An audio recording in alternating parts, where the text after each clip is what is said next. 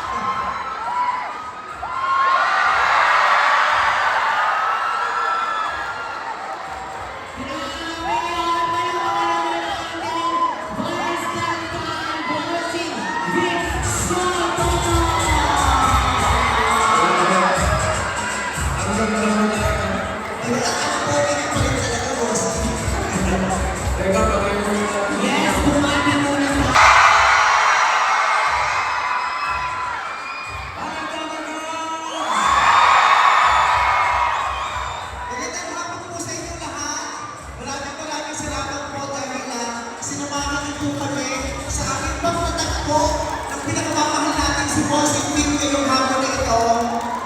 Teka, sandali. Ito yung nungunin mo ng Dabarkan. What's up, Dabarkan? Hi, Maglang people! Grabe! Ito na ang pinakatalaga na natin natin pagtatakbo from Kamusta ang Bamian at kamunan ang pagkikita. And now, at dito tayo ngayon. Gusto ko marinig mo sa inyo mismo. Ano ba nangyayari natin today, Lele? Boss D. Ano ba nangyayari sa atin? Totoo naman ang chismis, Bossy. Kami nagpatingan sa TV. Showtime, sa Ipurma. At napagkasunduan namin na magkita naman sa 4 p.m. dito sa Cubao. Kanina pa kami nag-uusan. 3:59 dumating ako. 3:59 and a half dumating si Paris. Ano ito ka ng 0.5? Nag-uusap kami kasi meron po kami surprise lang para sa inyo lahat. Salamat. Vice, buti ba ikaw na magsabi at sisigurahan kita. Yes po, Bossy. Katulad ko, alam ng lahat din kayo, inaantay itong pagkakataon na to. Minsan lang itong mangyayari. May isa nga ito mangyayari. Lahat gustong mangyari ito noon pa man. Noon pa man, Pero eto na nga, mabubuo na. mabubuo na. Sa ngayon, nagtakbo na kami. Nagtakbo na kami. At hindi lang una at huling beses nyo kami makakita ngayon. Ngayon, Dahil mapapanood nyo kami magkasama sa isang pelikula!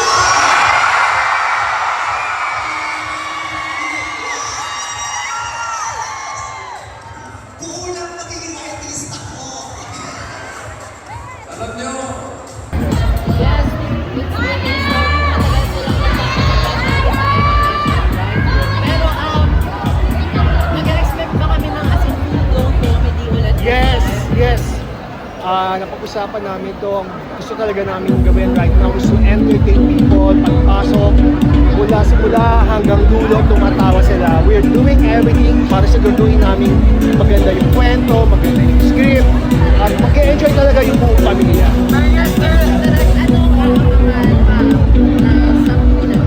Marami. Kung sa palagay ninyo, showdown to, bardagulan to, itataas pa namin yung level ngayon kapag napanood ninyo yung pelikula. Pero you're still tackling the topic of social issues dito sa mga film.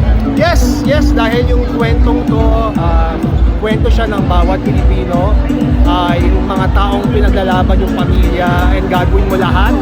Sasanggain mo lahat ng mga lumalaban sa pamilya mo to the point na nakakaaway mo yung kapwa mo, and only to realize later na hindi naman pala kayo dapat yung magkaaway. It's a story that every Filipino will be able to relate to.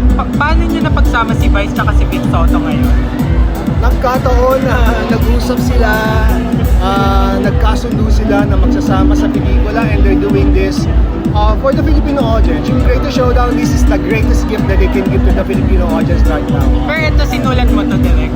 Sinulat namin, marami kaming nagsulat nito. Pero nung sinusulat mo to, naiisip mo na si Vic tsaka si Vice yung Oo. Ginawa talaga namin yung material para sa kanila. I mean, we made sure nalalabas lahat ng assets, lahat ng best traits ni Bossing at saka ni Meme. Sino nagsabi na na magsasama sila? Si Vice ba or kayo na mismo? Si Meme ang nagkwento sa akin. May ginagawa pa basta napatapos yata kami ng shooting noon eh. Nung last year? Oo, nabanggit na niya sa akin. And nung nalaman mo yun, anong reaction mo doon? Sobrang ko excited. I mean, lumaki tayong lahat sa Metro Manila Film Fest. Lagi silang nagtatapat. Nanonood tayo tuwing tanghali na magkatapat ang mga programa nila. Hindi ko lang isang proyekto. It's unthinkable. Hindi natin iisipin na mangyayari ito. But now, it's happening. So it means masasali ito sa MMFF this year? Sana malalaman natin sa darating na araw. Bukas! Bukas? O, Direk, bigyan mo kami ng clue sino yung mga pwedeng kasama na sa Sino yung kasama na sa Pwede. Malalaman pwede. niyo bukas. Oo. Pero direct, Pwede. mag-expect ba kami ng mga kasama dito, mga Dapper Cats and mga kasama sa Showtime? Basta, abangan ninyo. Masaya to. Masaya to, guys. Pero team to ng ABS, ng iba-ibang members ng ABS-CBN. Idea first. Yes. Thank you, Direct, Direk! was this plan all along since start pa ng Call Me Mother? Like, na-plano talaga siya na... Hindi naman na plano, ang napag-uusapan namin, and then nung na-confirm, syempre doon talaga lumatsada yung plano namin. Thank you! Thank you. Device ganda. At kailangan kasi pogi ang mga lalaki ni Bossing Big. Iyo na nga. Kaya ito, pelikula ito na ihahandog namin para sa inyo. Hindi lamang sa mga tabagas, hindi lamang sa mga batang people, kundi para sa buong bayan ng Pilipinas. Tama po.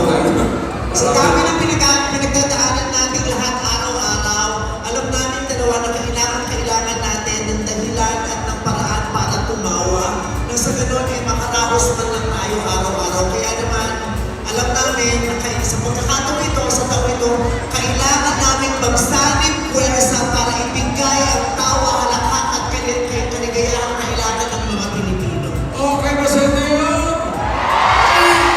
Hindi ko marinig. Okay ba? Okay din sa akin. Excited po kami. Showtime!